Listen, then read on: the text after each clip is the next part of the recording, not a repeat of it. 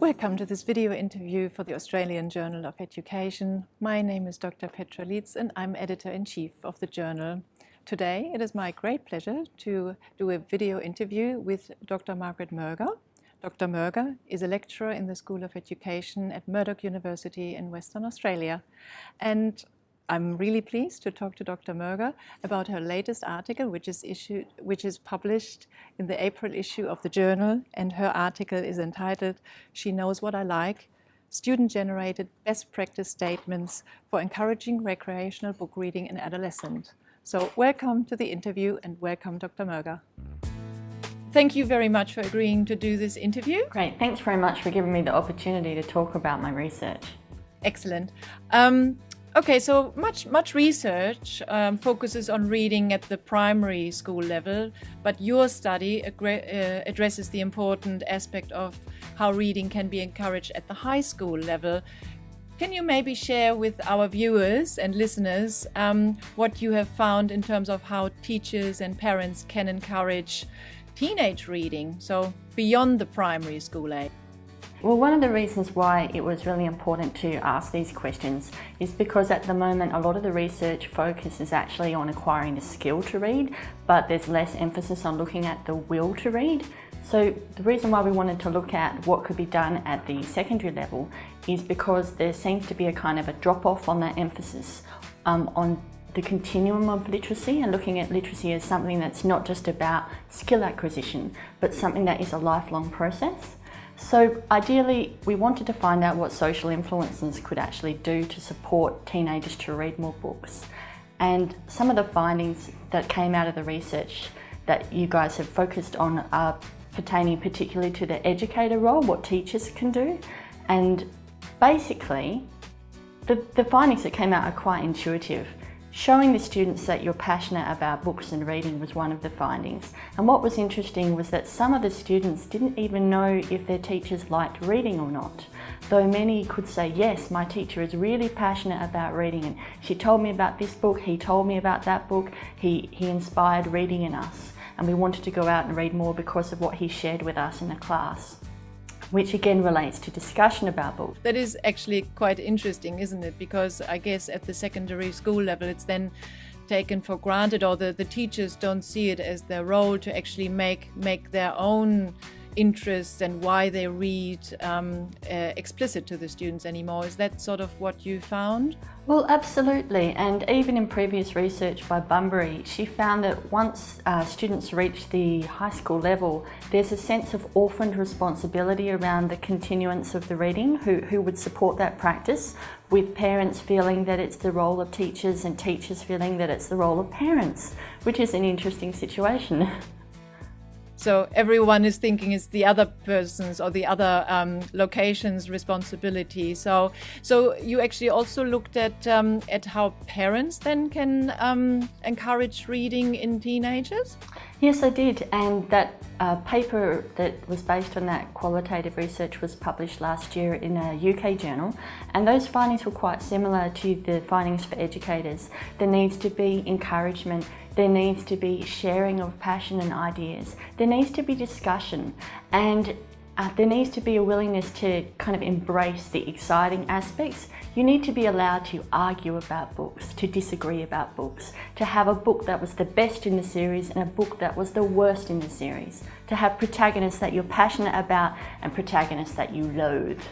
To talk about things on a passionate level, it really helps students to want to read more. For example, there was one young boy that I spoke to. I guess he's not that young, he was a year 10. I'm showing my age here. And he talked about how he wasn't really interested in reading at all until year 5, when his father finally allowed him to get into the books that he kept in the garage in large plastic containers. And those books were for older people, and they were based on, fantasy fiction about dragons and adventures. But the father deemed them too complicated for him to engage in the early primary years. So he actually became a passionate reader after year 5 because his father slowly teased the books out and gave them to him one at a time and kept threatening to drop spoilers on him if he didn't read to the next section fast enough. So the kind of excitement that was developed and the shared enjoyment around books.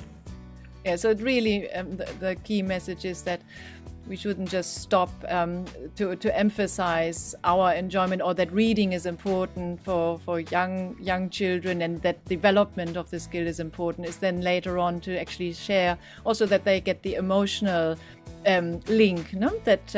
That it's important, and that people get enjoyment or some satisfaction out of reading. So that is a good message, Margaret. Now, in your article, you're actually analyzing data from qualitative a component of your studies, and that you went to 20 schools in Western Australia.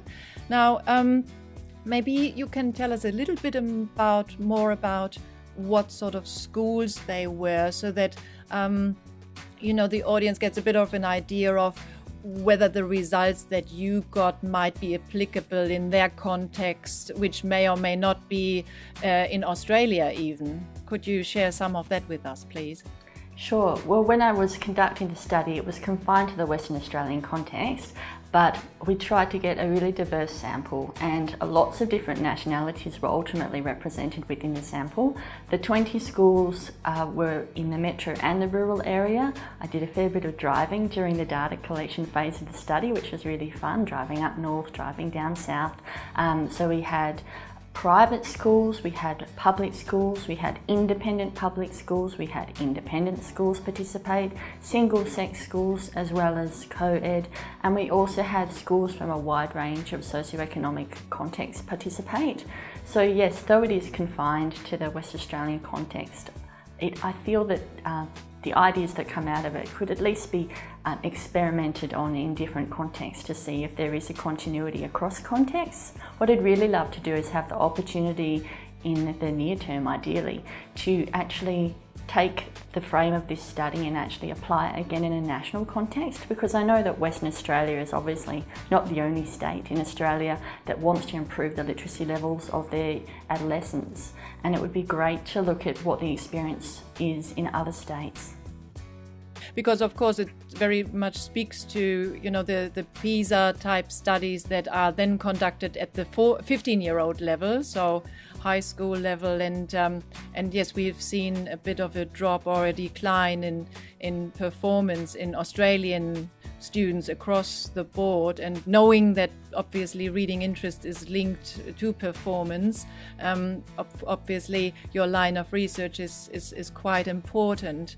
Now, a lot of research has also shown, I don't know about a lot of research, but some research has shown that boys and girls differ in the reason for reading or the interest they have, with boys being often more found to engage in reading because they want to locate a certain information about their hobby or what they're interested in, whereas girls often do read for pleasure.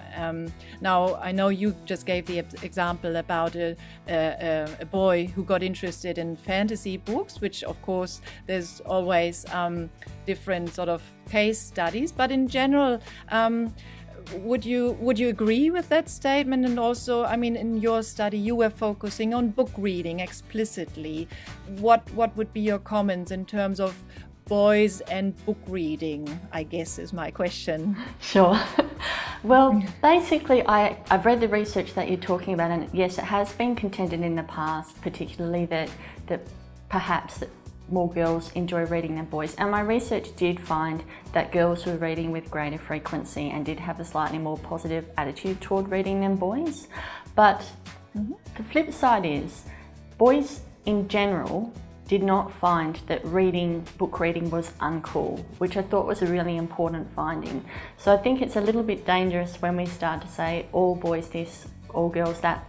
And I understand why it's also important, because the works of Martino and the like have really provided important information for us to look at reading as a cultural practice, and looking how in Australia and some other Western countries it may be deemed as a feminine or a feminised practice, and that obviously has important implications for boys. But I think that we should research that, and we should look at these gender differences, but also not allow them to then kind of adopt a defeatist attitude towards encouraging boys, particularly as they've indicated that yes, many boys do enjoy reading books and they don't find it uncool. And my findings suggest that perhaps due to the increasing popularity of book to film transitions such as The Hunger Games and Maze Runner and The Spook's Apprentice, that it may actually be becoming more popular amongst boys to read books. So while that research is really important in informing our perspective,